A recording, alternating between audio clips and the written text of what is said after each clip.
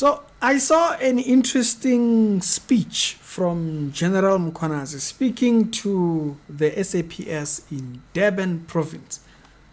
And some of the things that he was saying, these are your marching orders, these are the things that you should look to protect concerning, like when he talks towards the ending, I want you to hear it, I'm going to play it for you guys, then I'll be back here. And when he talks about, lead, knowing that when you go to rest, the people you've left, will follow along the lines of what you have done in a way that you feel safe when you are now home. That said a lot. That said a lot. Absolutely love this man. Absolutely love this man.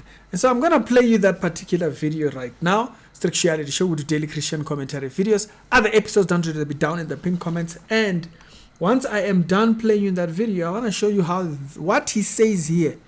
It's exactly what the Bible tells us to be like. Does not want to arrest people. I made a decision at one stage that you cannot detain a person in front of a case. Where did I end up? In the media. IP was thrown on me. Did I bury my head on the ground? No, I didn't. I'm still standing. Because I knew what I was doing was right. They can talk, they can write, they can do whatever they do. But you can't say as a commander, and you say, hands off, I cannot intervene when a police officer is working. It's under your command. The police officer is doing what is wrong. And you sit back and you say, no, it's going to be defeating. What is the purpose of an arrest? It's to bring the perpetrator to court. You don't just arrest because you like to arrest. And be convinced that there's a crime that's been committed before this person is detained in your station. And I said to you... Now, I'll come back to that point. Notice when he says, you don't just arrest just to arrest. It goes the same way with us when we speak about doctrine and stuff like that. We don't just correct just so that we can correct. Is that there's actually something that if it continues, if that teaching continues being taught in that manner, it will lead others far astray. So we don't just call out because someone is famous. Is that there is a reason, there is something behind what's been said that imposes a danger to how we ought to see maybe the character of God, and it doesn't frame the church's position as a whole. We don't just arrest, as he said, for us, we don't just call out, we don't just rebuke, it's with cause. It doesn't matter whether you are national or provincial. You are in the province of KwaZulu-Natal. You are employed and deployed to work here and serve the people here. And I do hope and believe that you are a resident of this province. If you have already acquired a property elsewhere in the country, and you don't give a damn about the province of KwaZulu-Natal, because your family, your children, your ancestors are not here, then apply for a transfer and you leave. You see, what he said there, apply for a transfer, chief. Go do something else. If you are doing matters of the gospel because public pays or what, maybe look for something else. If you're not doing it because you love having served and seen justice fulfilled, okay, bring it back to church people. If you don't love God, that you desire that others who follow behind you would know what the correct doctrine is, if that's not your passion, stay away from it. In the year that we're coming from, we met here and it was a dawn of elections. And I must say that I'm proud of what you have done as management of this province. You've sacrificed your time and long hours. I know majority of you work under extreme stress. In this province, all eyes were here. Everyone was worried that KZN is going to become a chaos. But with your leadership, collectively, you made sure that nothing of that nature happens. So for that, I want to salute you. I want to thank you.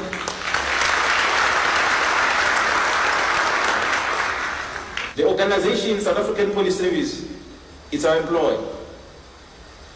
Let's love it. Let's love it so much that whatever we do, we make the organization proud of us.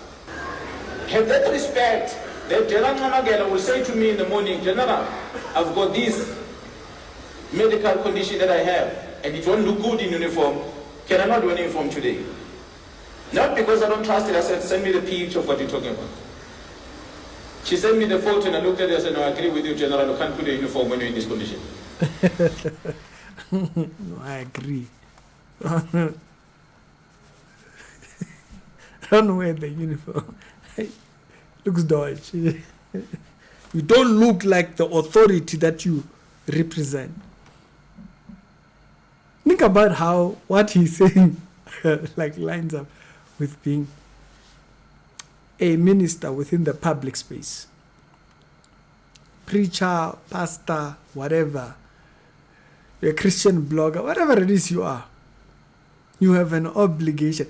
Please look like the authority that the scripture speaks of. Represent.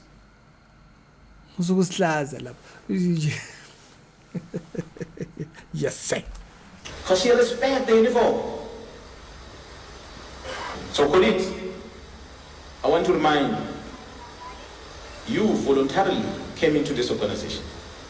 Maybe those that came from exile, the NKE and the likes, when there was this formation of the South African Police Service, were instructed to come in. I know there are some of those, especially within crime intelligence as well as the VIP side. But the rest of you and me, we took an opportunity and we took time to apply to join the service. And we took time to complete an application form and we asked to be promoted to these positions. Respect the organization, colleagues. Love it. Respect the commanders. Love the ACPS as your employer. Notice how this just lines with you have to love the church. You have to. You have to. That's why you heard me the other time I was saying, the holiness movement shouldn't strain itself away from the church because they feel like they are teaching you're allowing yourself to fall into what trap? When you are denouncing the rest of the body, you think 5 of you there are the only ones who are saved? Come on, don't be ridiculous. There's people that are saved outside of your movement. Because this is much bigger than your long dress. This is about him that died on the cross. You see, love the people that you serve with. Then you will remember, not everyone is going to hell. Everyone is going to hell. Everyone is going to hell. Your love for the body. And your love for the body is not because it's deceived and so you are lying to them. No. These are people you are going to spend eternity with. Now when we are still questioning whether you are going to be there, if you are a brother in the faith, you are going to be there. So I treat you as such. I don't treat you as maybe, dodge. To have a love for those with whom you serve together with. And lastly, respect the flag. If you respect the flag of this country, you're going to respect your clients, the citizens, the people, because how the flag is representing. For those going on retirement, I wish you well. If you're not going to meet again before you retire, enjoy the rest. I hope you deserve it. I hope you deserve it. I hope you've worked hard to create a safer environment. I hope as you leave, you hand over the baton to the people that are responsible for policing to keep you safe when you're on pension. Because guess what? Trouble hits you, you're not going to call me. You will not call me. You're going to rely on the very same police officers that you left behind. Yeah, that's you're not going to be calling the general, you're going to be calling the very people you left behind. So if you badly motivated them, what do you think If you corrupted them, you know, if you were one of the peasants who threw away their case file, your case file, must your case file also go missing? They kill your family, they kill everyone, they brutal everyone, they leave you alone. Should that case file just be thrown away? Because that's what you were doing. How about yours? Maybe they should throw away yours as well. What kind of an environment did you live? If the way you fleece people with money and requirements and what, and you just have all these requirements for everyone else, but you have none for yourself. If all these requirements, people must do this, I must do this, I must do this. If people just gave you rules, as if there is no relationship with God here, think about it. That speech translates very well to men of the cloth, or preachers, or Christians in general. You have a duty of representing all of us. He speaks about, here he says respect the flag, here respect the scripture. And if you don't know it, go and check. When someone says, I don't think you are right, there is possibility that you just don't know that verse that they are talking about. So you go look at it. Respect the scripture enough to come and bring it back, let it harmonize. Don't just argue.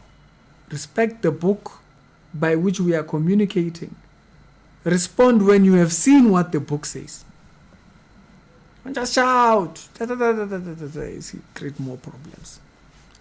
Respect the book by which we all speak. We are all children by the instruction of the scripture, which is the voice of the Lord amongst all of us. Maybe you hear a special voice, but we have a voice between us, common scripture. I thought that translates very well for children of God. If you say you love this service, the service of being an ambassador of the thing, you have marching orders, okay? You don't come here, you do your own thing. It doesn't work like that. This doesn't follow you, this thing. We're not here to listen. We are here to listen to the book.